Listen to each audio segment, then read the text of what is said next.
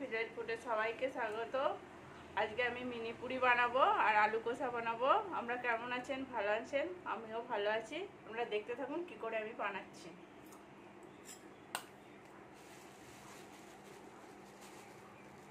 দেখুন এখানে ময়দা নিয়ে নিচ্ছি, 1.5 বাটি আমি ময়দা নিয়েছি।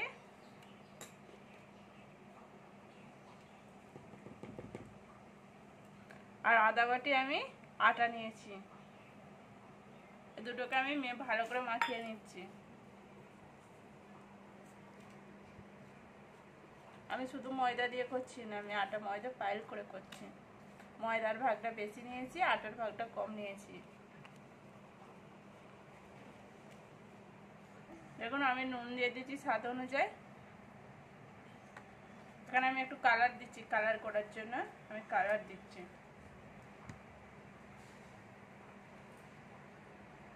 দেখুন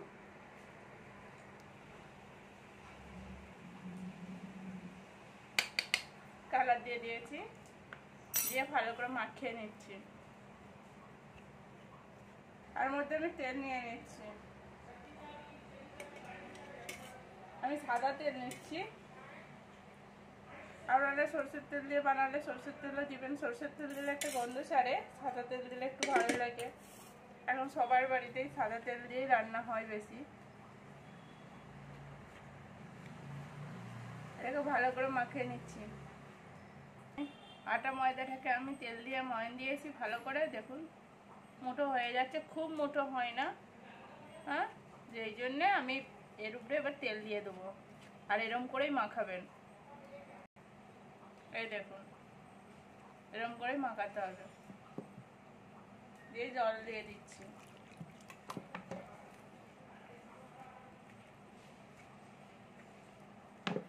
দেখুন কালার দিয়েছি, আটাটা কেমন লাল লাল হয়ে গেছে। এবার আমি ময়দাটা, যে আটা ময়দা পাইল করা,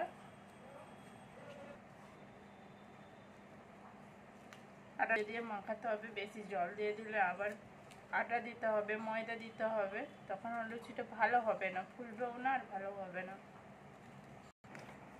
দেখুন আমার ময়দাটা মাখানো হয়ে গেছে। এই দেখুন কত সফট হয়েছে, আঙুল লাগানো মাত্রই কারণ উপর দিকে উঠে আসছে। এরকম করে ময়দাটা মাখিয়ে নিতে হবে। আর আপনারা কালার দেওয়ার সময় ভাবছেন যে কালার হয় না ময়দার সাথে, সেরকম করবেন না, কেননা অনেক কালার দেওয়া হয়ে যাবে আর হচ্ছে পুরো ময়দাটা পুরো লাল টকটক করবে, তখন খেতে তিতো লাগবে।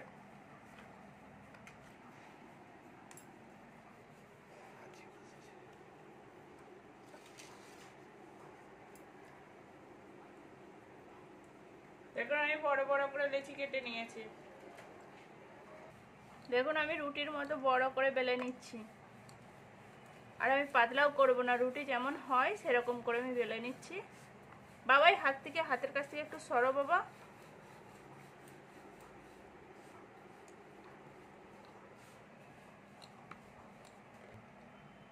দেখুন আমি পুরো রুটির মতো বেলে নিয়েছি। এবার একটা একটা করে আমি কেটে নিচ্ছি। এর মধ্যে অন্য চিহ্ন হিসাবেও থাকলেও সেটা দিয়েও করতে পারেন, কোনো অসুবিধা নেই। আমার কাছে নেই, আমি গোল করেই দেখাচ্ছি।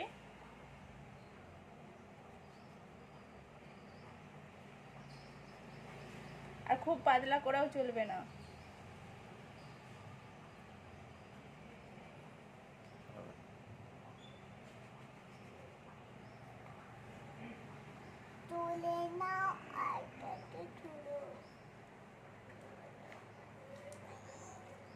দেখুন আমি এরম এরম করে সব তুলে নিচ্ছি একটা করে একটা করে।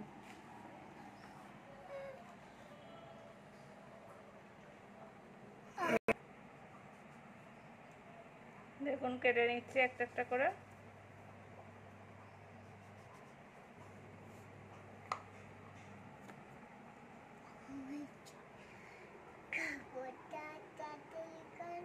হ্যাঁ কি বলছো বাবা? হ্যাঁ দাঁড়াও না, আস্তে আস্তে আস্তে আস্তে বের করছি, দাঁড়াও। তবে ভালো করে দেখানো যাবে, টানাটানি করলে তাই হয়ে যাবে, জোরও হয়ে যাবে।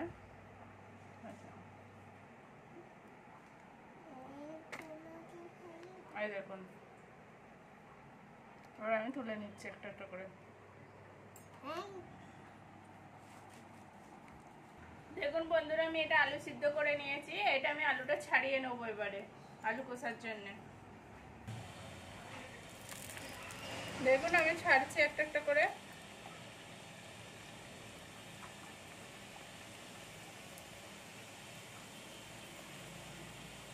আর ছোট ছোট তো অনেকগুলো ধরে যাবে।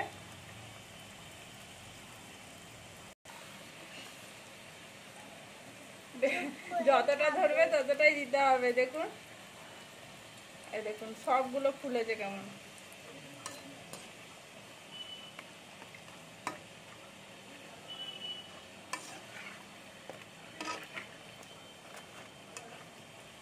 ফুচকা যেমন সেরকম লাগছে পুরো।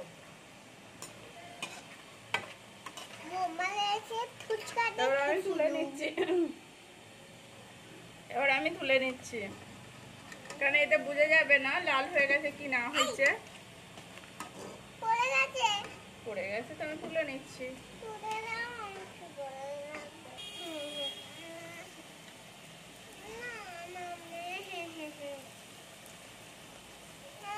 এই দেখুন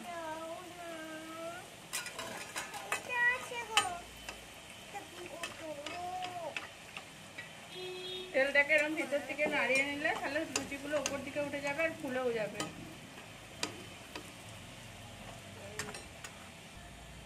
এগুলোও আমি ভেজে নিয়েছি, তুলে নিচ্ছি। এই দেখুন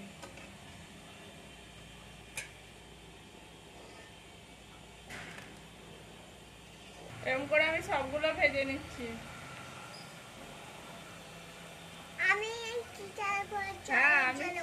হ্যাঁ টিচার বাবু আমাদের অনেক কিছু বকতে শিখে গেছে।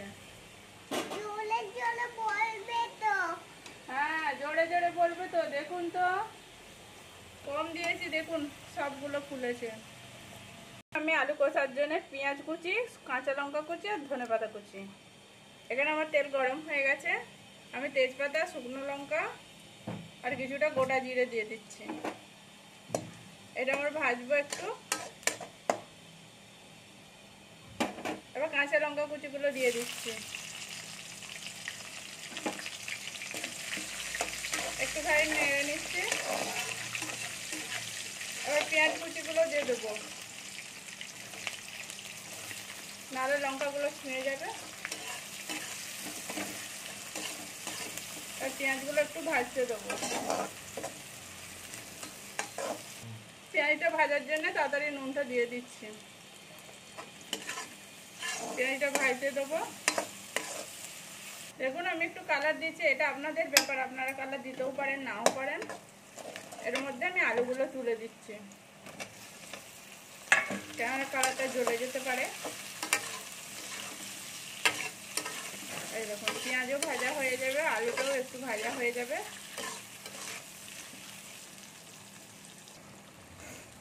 দেখুন কালার এসে গেছে। এখনই কালারটা দেওয়ার পরে টকটক করছে পুরো। সবজিটা হচ্ছে আমার আর বেশিক্ষণ নাই। এর মধ্যে আমি এবার একটু হলদি দিয়ে দেবো। দেখুন আমি হলদি দিয়ে দিচ্ছি। হলদিটা একটু নেড়ে নেবো, নাহলে কাঁচা গন্ধ ছাড়বে একটু হলদি না ভেজে নিলে। এখন আরও কালারটা সুন্দর এসে গেছে। এখানে আমি জিরে গুঁড়ো দিয়ে দিচ্ছি আর একটু ধনে গুঁড়ো দিয়ে দিচ্ছি। নুন তো আগে দেওয়াই ছিল। আর এখানে আমার ভাজা ছিল মশলা, আর ধনে গুঁড়ো, জিরে গুঁড়ো আর শুকনো লঙ্কা, এটাও আমি দিয়ে দিচ্ছি। এটা 1 চামচের একটু বেশি দিচ্ছি। আর একটু ধনে পাতা দিচ্ছি, দিয়ে ভালো করে ভেজে নিচ্ছি একটু। দেখুন আমার হয়ে গেছে আলু কষাটা, আমি তুলে নিচ্ছি। কেন আমার আলু আগে থেকে সিদ্ধ করা ছিল, এই জন্য আমি জলও দিই না, কিছু দিই না। জল দিলে সবজিটা ভালোও লাগবে না।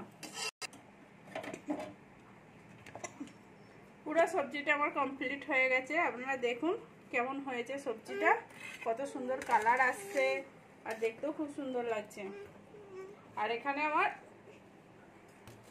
দেখুন বন্ধুরা আমার কেমন কমপ্লিট হয়ে গেছে, মিনি পুরি হয়ে কমপ্লিট হয়ে গেছে, সবজিটাও কমপ্লিট হয়ে গেছে, আলুর কষাটা। আপনারা প্লিজ বাড়িতে বানিয়ে খান, বলুন গরম গরম পরিবেশন করলে আরও সুন্দর লাগবে, ভালোই লাগবে খেতে। আর ভালো লাগলে লাইক করবেন, শেয়ার করবেন, সাবস্ক্রাইব করবেন, পাশে থাকবেন, প্লিজ পাশ থেকে চলে যাবেন না। By Babu, bye bye.